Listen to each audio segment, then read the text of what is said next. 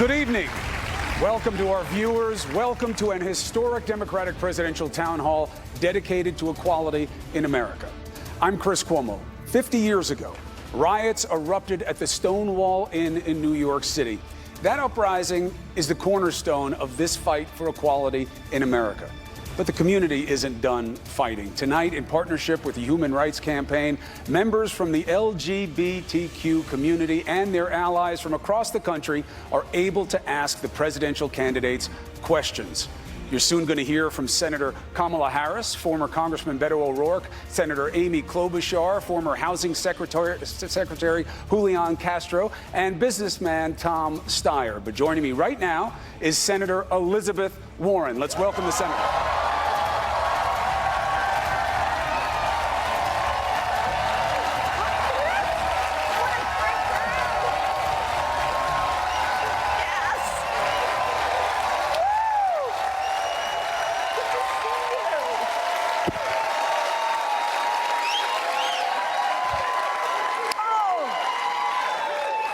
Some fun tonight. All right, so let's get right to it, and we'll get to the first question. All right, Bill Moore, business owner from Dallas, Texas. His late husband, Donald Zarda's claim that he was fired from his job after he came out to a customer is now the basis for one of the three cases argued in front of the Supreme Court this week on LGBTQ employment discrimination. Bill, we're sorry for your loss, but thank you for being with us tonight. What's your question? First of all, thank you, Senator Warren, for your hard work and dedication for all of us Americans. And Chris, thank you for being part of the media that has maintained integrity and honesty. Absolutely. So I was a plaintiff for one of the LGBT discrimination cases that was heard by the Supreme Court on Tuesday. On behalf of myself, Gerald Bostock, Amy Stevens, and Melissa Zarda, the other plaintiffs, my question is this. What will you do to ensure that the Senate passes the Equality Act and that has recently passed the House that will ensure protection for all areas of LGBT plus discrimination? Oh, it's a wonderful question, and I appreciate your asking.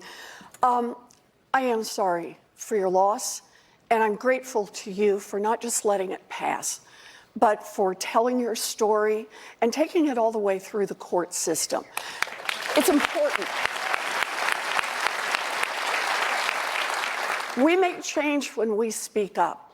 And for everyone else, it's always so important to remember, sometimes it's really hard to speak up. You actually have to get out there and subject yourself to a lot of different things that can be really tough going on. So I just want to say a very special thank you to you for being all the way in this. I appreciate it. So for me, look, we've got the Supreme Court. We know the case is resting in the Supreme Court. But we all have to remember about this case. Supreme Court rules, as it should, that LGBTQ people are protected under current law. We're done. We've got it.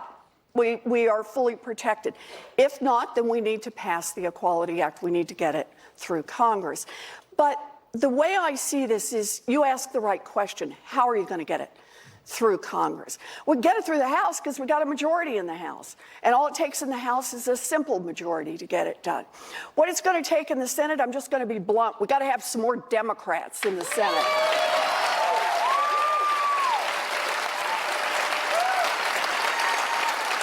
And I say that for two reasons. Partly because the Democratic Party has made it clear. This is an issue, this is a priority for us. We believe that equal means equal everywhere. I also say it because I want our Republican friends to hear that in the United States Senate. I want them to know that people vote based on LGBTQ issues.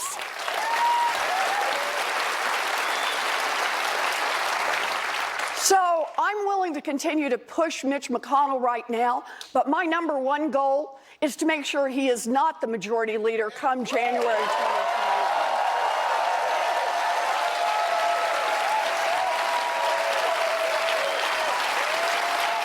And then I want to add just one more thing because I think it's really important.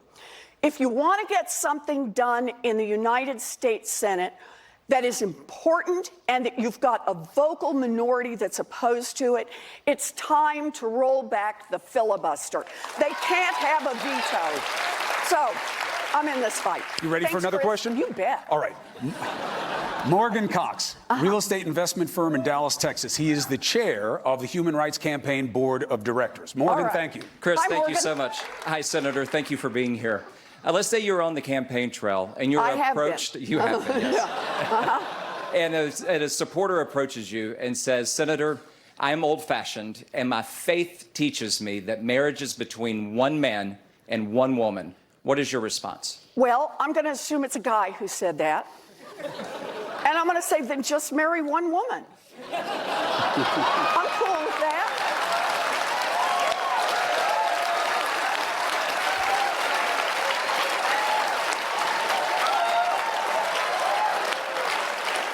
Assuming you can find one.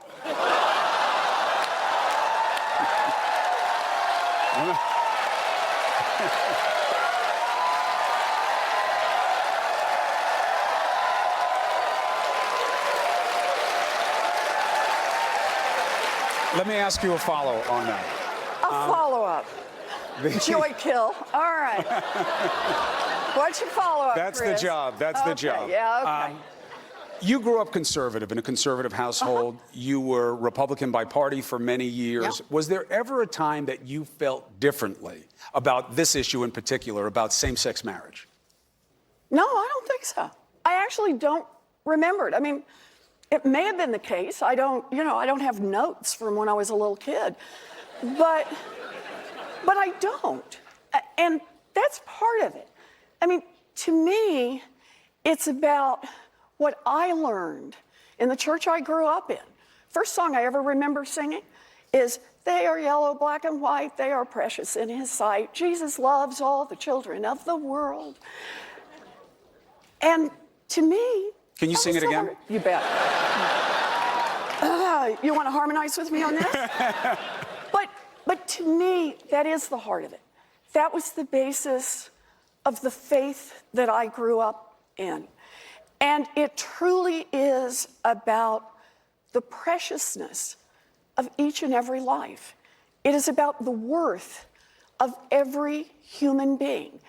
And that I saw this as a matter of faith and saw there are a lot of different people who do a lot of different things, who look different from each other, who sound different from each other, who form different kind of families. And I know that back in Oklahoma in those days, there weren't many people who were out. But the way I grew up, it was just gradual.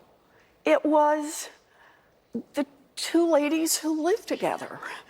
And it was just a part of what we understood in the area that I grew up. And the hatefulness, frankly, always really shocked me, especially for people of faith, because I think the whole foundation is the worth of every single human being. And I get people may make decisions for themselves that are different than the decisions other people make, but by golly, those are decisions about you. They are not decisions that tell other people what they can and cannot do. Let's get a question that goes to the hard reality for people in this community. Matthew Rose joins us. He's Director of Policy and Advocacy for Health Gap. It's an HIV advocacy organization. What's your question, Matthew? Hi, Matthew. Hi, Senator.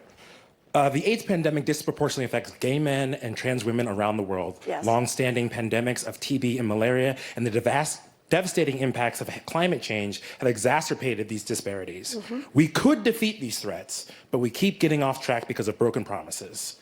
In your plan that you dropped today, you mentioned robust funding for global AIDS. Yes. But this is not happening now. Would you commit to calling for bolder funding increases and actions that we need to take to end the AIDS pandemic and end future pandemics? Yes. Yes, and I really do mean it. Yes, this is what we should be doing around the world. Can I put a little muscle behind that and talk about, for example, AIDS prevention drugs that right now are under patent, that are expensive, and that are not available to much of the rest of the world? Here's what I promise.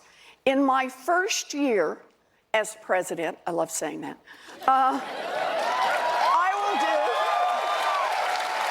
will do what a president can do all by herself. And one of the pieces I'm going to get out there and keep fighting for is I want to see us bring down the cost of drugs that are generic.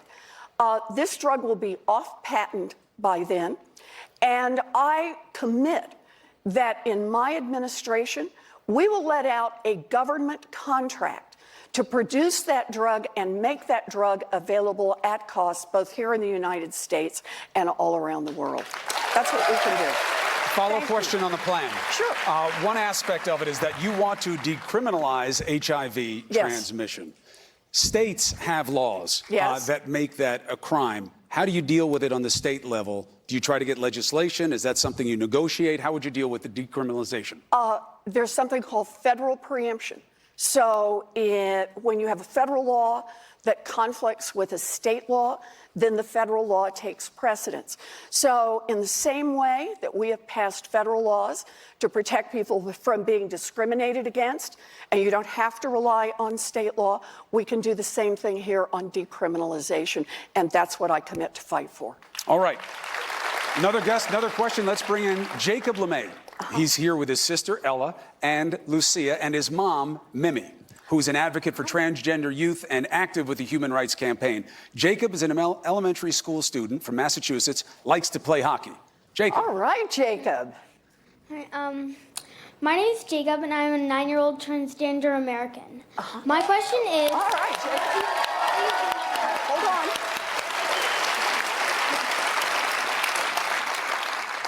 What will you do in your first week as president to make sure that kids like me feel safer in schools?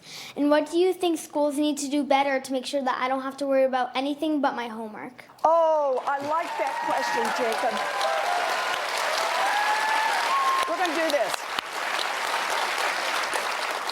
So let me start by saying I want to have a Secretary of Education who both believes in public education and believes in the value of every one of our kids and is willing to enforce our civil rights laws.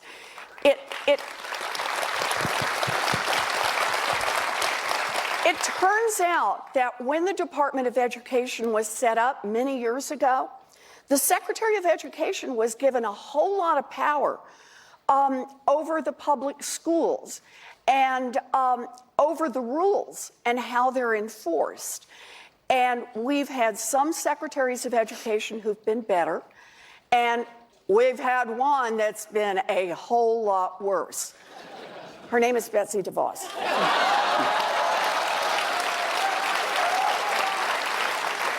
So when I'm president, she'll be gone.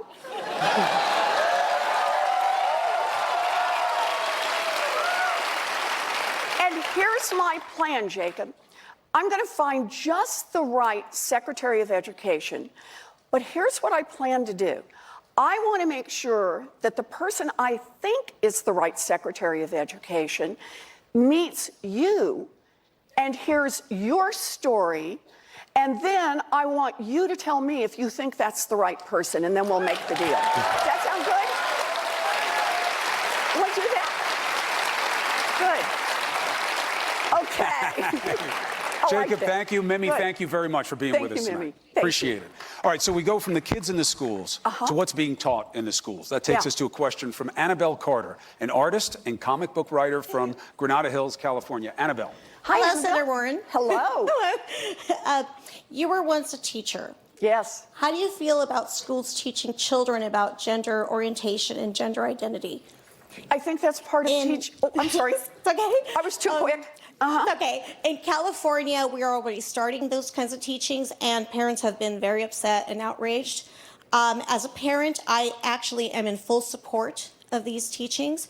How would you feel about it for the rest of the country? So I believe this is about teaching children about our world.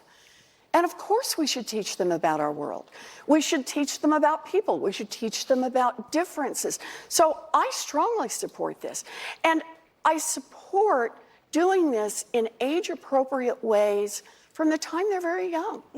I think this is part of how children learn, that we live in a world that has a lot of different folks who look different, who sound different, who do different things, who form different kinds of families.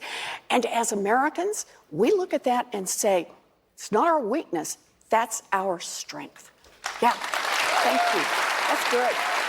So, if you don't get the lessons right, it drives a lot of stigma that are a disease in our society. And that takes us to our next question from June Crenshaw, the executive director of a nonprofit in Washington, D.C. that helps homeless or at-risk LGBTQ youth between the ages of 18 to 24. She's also a member of the board of the Human Rights Campaign. June.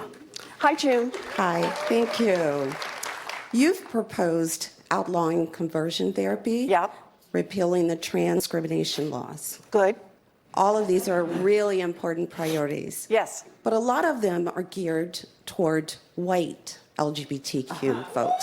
Yep. Whereas other issues surrounding non-white, Black and brown LGBT people, like youth homelessness and hate crimes, heavily impact the Black and brown community. So how will you pay attention to all of the important priorities you've outlined in addition to homelessness and hate crimes? So thank you for asking a question. And I hope you'll go to elizabethwarren.com, LGBTQ, because I actually have plans on this. It's more than just the three you identified, and in fact, specifically about youth homelessness. Can we just talk about that one for a minute? We know that LGBTQ youth are far more likely to end up homeless. And we know that part of that is rejection by their families. And part of how we deal with that starts where Jacob wants us to start, and that's back in the public schools, and making sure that our children from a very early age are learning about who we are as a people and as a country. But it works all the way through. And so one of the things I proposed is to expand our funding that is specifically targeted to LGBTQ youth who are homeless.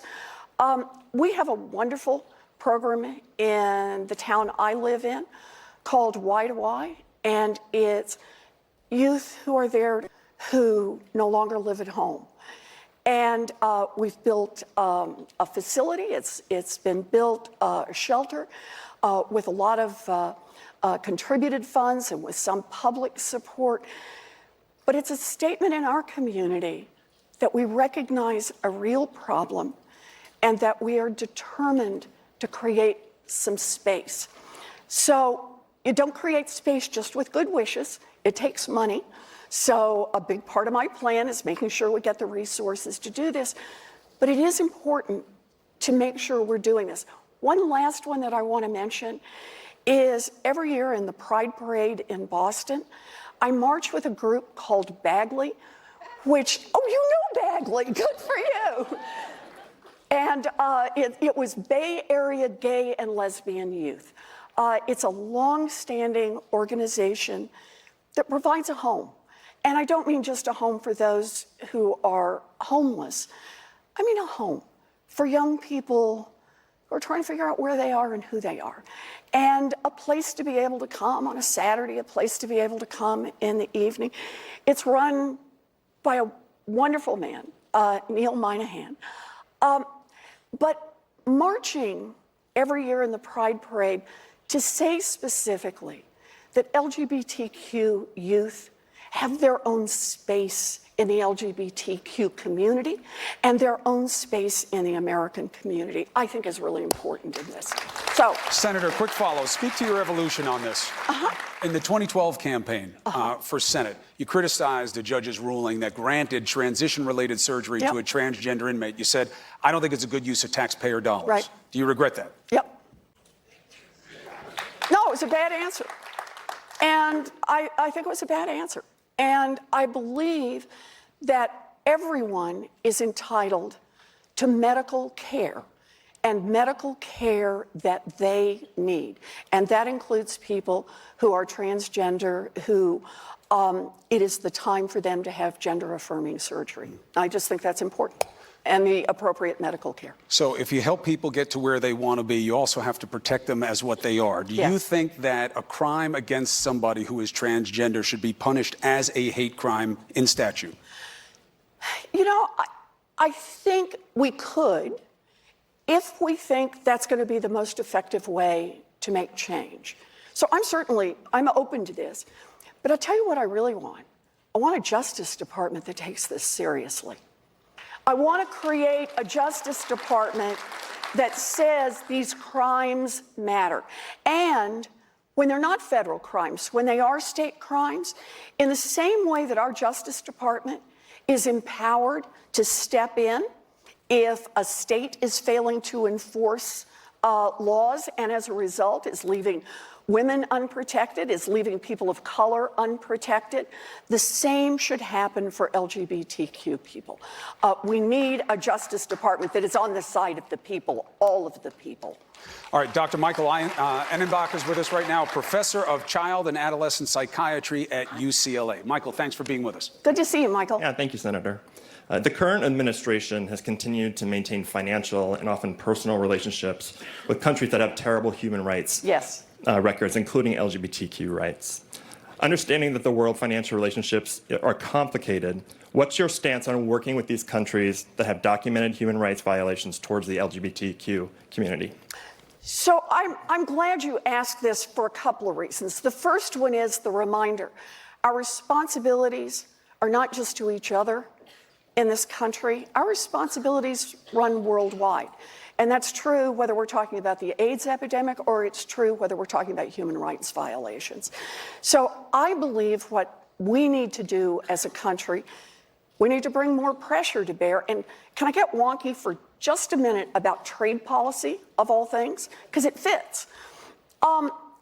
Everyone around the world who has something to sell wants to get to you, wants to get to the American consumer. Why? Because we buy a lot of stuff, right? And so everyone wants to be able to come and trade with us. And we negotiate all kinds of trade deals to let them do that at most favored nations clauses and that keep the tariffs low or non-existent when they come to sell.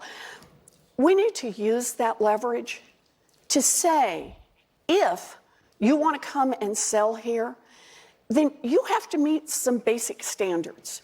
You want to sell your stuff, you got to meet some standards. Now, some of those are going to be labor standards, not surprisingly. What you pay people, you can't be producing these products with prison labor. Some of them are going to be environmental standards. We won't let you pollute here in the United States.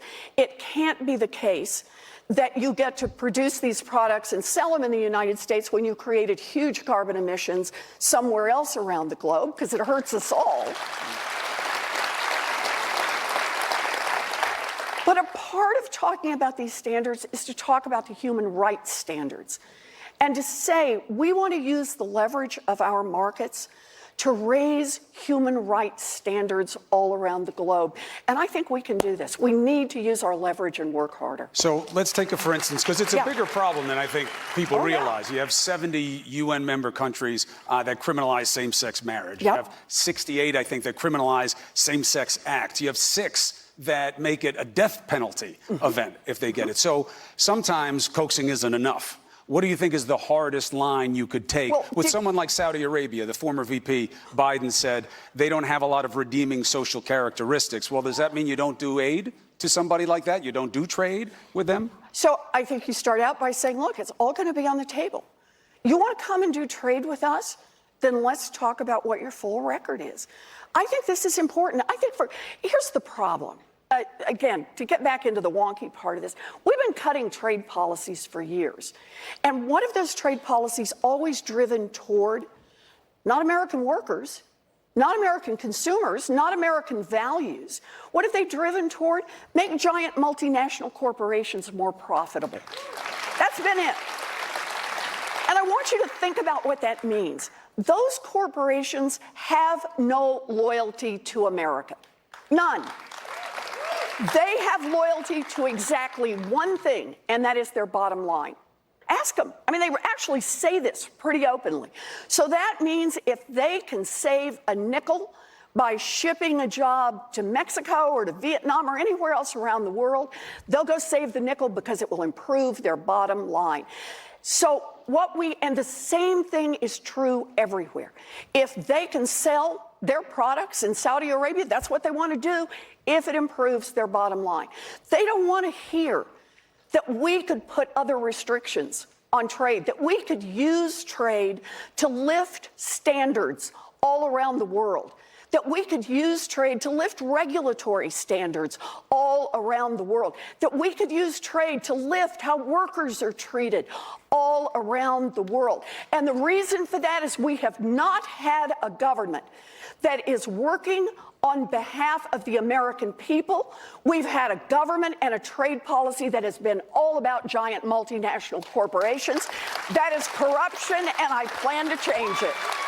Senator Warren, thank you very much. Our thanks to the senator.